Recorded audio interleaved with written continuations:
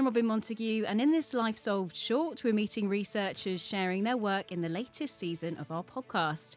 Research at the University of Portsmouth is leading in ideas and innovation that can change our world, from science to technology, economics and politics. Today, I'm joined by Dr. Mahsa Ghaffari from the Faculty of Business and Law. She's interested in how acts of defiance in consumerism and creative advertising can have an impact in societies where religion or state powers dominates. For that reason, I want to start by discussing the recent conflict in our home country of Iran and how the women's rights movement has recently evolved there. Really easily, I just want to find out a little bit more about yourself and how you got into the area of study that you're in, because originally you're from Iran. Yeah. Just walk me through then how you started there and you've transitioned over here and why you're interested in what you're doing. Yeah. So when I studied engineering, natural resources engineering for my bachelor in Iran. And I came here just to do my master because it's 1 year master and then go back to Iran. But then everything has changed since then. When I was studying marketing, I found that, oh my God, the way that study is being done here, the way they are promoting critical thinking is so much different from what is happening in Iran. And I really thought that just going back and doing mundane work that I'm doing in Iran is not enough. So I need to do something more. And then what I was interested was advertising in the modules that I had during my master. So I thought I'm going to do a PhD in advertising. And the thing which I've done in advertising, I looked at creativity in advertising, which requires outside the box thinking, where in Iran and in many parts of the world, they are promoting inside the box thinking. They are kind of like asking individuals to follow a certain traditions that they are used to.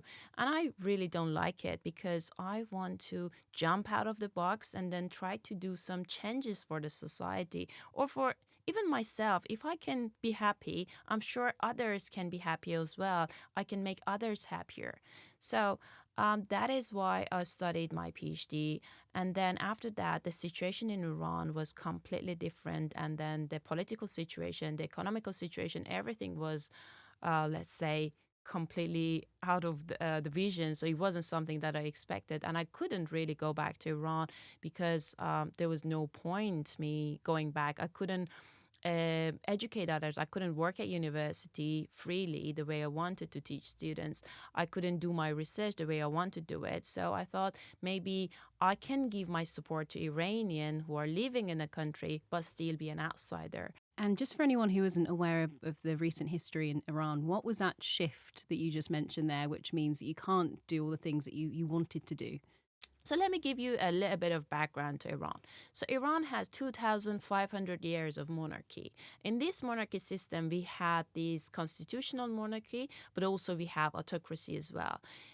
When the recent king became quite a dictator, Iranian couldn't tolerate that. And then that led to 1979 Islamic Revolution in Iran, which was led by very open-minded clerics who were promoting Islam, but not the way we think about Islam, the way Islam can open the horizons, they can make people think outside the box. And then, but what has happened, so after 1979, when this Islamic Revolution happened, then everything changed. So people were hoping that democracy will win, but then instead they were again prisoned in this society, in this autocrat society.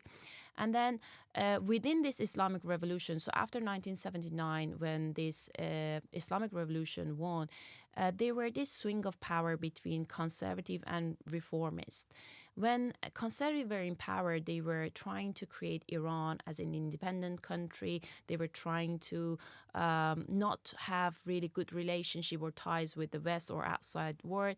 But when reformists were in power, they were trying to have more ties. So when I was when I started doing my studies here, actually, that was the first protest. 2009, there was green movement. I don't know whether you have heard about it or not, but there was this green movement in Iran where people were claiming about the votes. So 2009, the victory of Mahmoud Ahmadinejad, this conservative president make Iranian come out of the street and then claiming for their votes. And then, so Iran was becoming an isolated country. So we didn't have that much ties with the West or with outside the world. But thanks to this technology, internet has changed this equilibrium really. So I'm not saying Iranian, all individuals in the world are not isolated anymore. They are connected to this realm, to this metaverse is something that has happened, is happening. So we are not alone anymore. That is why this idea that the structure is kind of imposing whatever it has on people, and people are kind of like puppets doing whatever the structure is asking them to do, is no longer the case, because through this technology, we change this equilibrium, and people are super powerful these days because they are connected, they are together. And you obviously you visit Iran, you have, I imagine, family there and friends there. The image that you see of Iran from the Western side of things when you're here, how much is that different to when you actually go home and, you're back there? Is it sort of a warped vision of what actually Iran is? Mm-hmm. So it's completely different because Iranian are having a duality in their lives, So from outside world in media, we are the government. But insiders, we are not the government. We are really living in a tension, if you like, sort of society. So from one side, we have to oblige to the rules and Islamic rules of the society. But from the other side, because we were born and we were lived and raised in this liberal country, because we had 2,500 years of monarchy and we were a modernized society. So we want to practice that as well. So we have like duality in what we are doing. So yes, we have to abide by the rules of the government, but at the same time, when we are at home, we are drinking, we are eating pork if we like, but outside we cannot do this kind of stuff.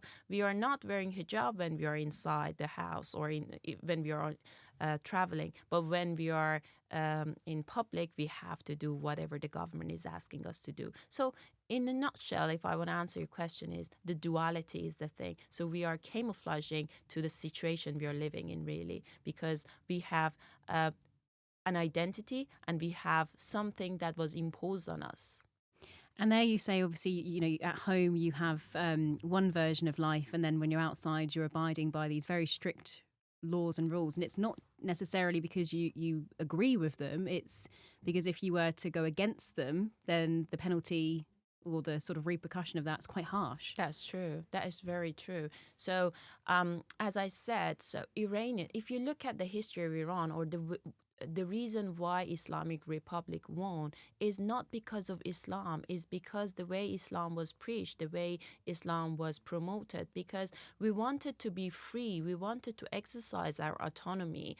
But what has happened is now we are banned to just do whatever we are asked to do, and we cannot exercise our agencies, really. And this created the tension because, again, if you look at the history of Iran, women are always powerful. We had queen, we had, women are not passive, consumers sitting in a house and then do whatever male or others are telling them to do. And then this created this tension. So they wanted to find ways to tell the society that, no, this is not what you're asking us to do. We are not going to listen to what you are asking us to do.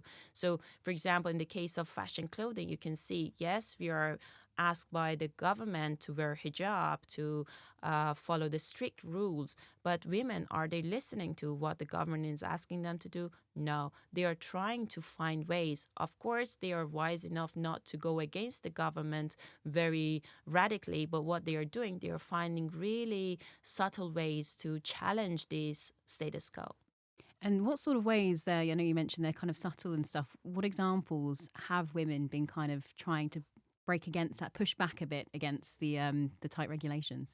So there are many ways that they are practicing their agencies. One of the very common ways that you can see in Iran is this ambidextrous practices. So from one side, they know that, for example, in certain locations, the morality police, for those who are not familiar, those police that are responsible for women, if they are not adhering to Islamic regulation, they're arresting them or fining them. So for certain places, there would be some morality polices.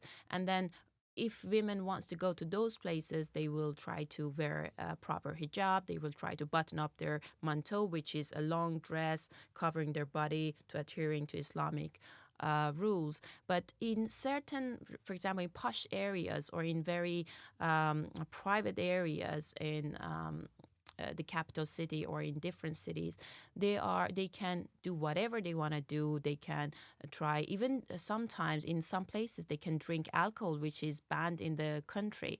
But in terms of hijab, they can try to have loose scarf, and then they do not button up their manteau. I know for you it sounds a little bit, what was she talking about, buttoning up manteau or wearing scarf? But Iranians are having, imagine, so a 16-year-old now through internet, she's seeing a woman in a girl in Paris, and she's saying, why am living like this? I want to live like the one who's living in Paris. What is happening? Am I stupid? Is there anything wrong with me? I'm a lady, like she's a lady. So why this is happening to me? And I think these are the questions these generations are asking themselves, and that is one of the reasons for these type of movements that's happening in Iran. And you say there, obviously, for me, it does sound out of this world, out of my world, out of the sort of the Western world that I've been brought up in. But when I was learning about history and stuff, you did hear go back 100 years ago, or not even that long ago necessarily, but women were kind of discouraged from showing too much skin, whether that be cleavage or, their legs, not necessarily to the same extreme, but we were encouraged to try and be a little bit more, I suppose what we were taught was be respectful and don't show too much, don't put too much on show. So I understand that must be so frustrating, especially for the younger generation, to see other countries. But the difference, I believe the difference is that in 100 years ago, or maybe less than that, when there were some sort of discrimination or where women were forced not to show their cleavage or, for example, the legs, whatever, they were not comparing themselves with someone else and saying that, oh, why it's just me. They didn't have that opportunity. Maybe in some part of the world, if they had the opportunity to compare, then they would see the difference. But nowadays, in 21st century, we have technology to see others in different part of the globe, and then we are questioning why this is happening to me. Exactly. It's just providing that sort of window into the other side, isn't it? Exactly. And making us all one big planet as opposed to so many different countries. That's true. So we're talking as well about, we're talking about women at the moment, which leads us quite nicely onto what's going on currently in Iran. For anyone who hasn't been following the protests, can you just give us a brief overview of how they came about and where we're at the moment? Yeah, so in September 2022, a younger 22-year-old girl, Mahsa Amini, was killed by morality police. She was arrested because of not wearing proper hijab. And then after she was killed by morality police, everyone, mainly young women, were on street. They were demonstrating. They were asking for what is happening. They went on street for solidarity, for showing their disguise toward what is happening in Iran.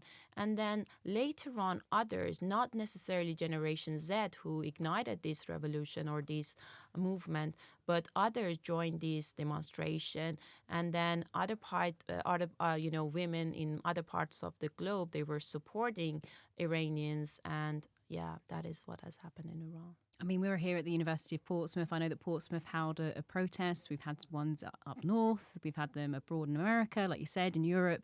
It's a show of solidarity. And as you clearly said before, hopefully, the younger generation or just all generations in Iran are able to see that solidarity through the internet. Yeah.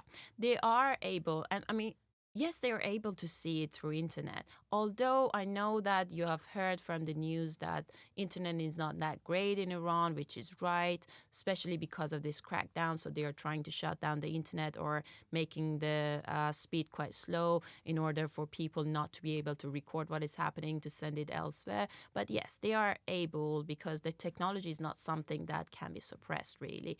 And then they can see that I believe that this is why they are not stopping their movement and they are continuing uh, irrespective of all the stuff that's happening, to them. So, yeah, I believe that they can see what is happening in Iran, and this helps them feel like they are not alone and they carry on doing what they're doing. Thank you so much. And if anyone would like to hear the full interview, which I highly recommend, listen to the Life Solved podcast on the University of Portsmouth website or search Life Solved wherever you listen to podcasts. You can also click the link in the comments box below or head to port.ac.uk/research or find out more about work taking place here at the university elsewhere on our website. See you again next time.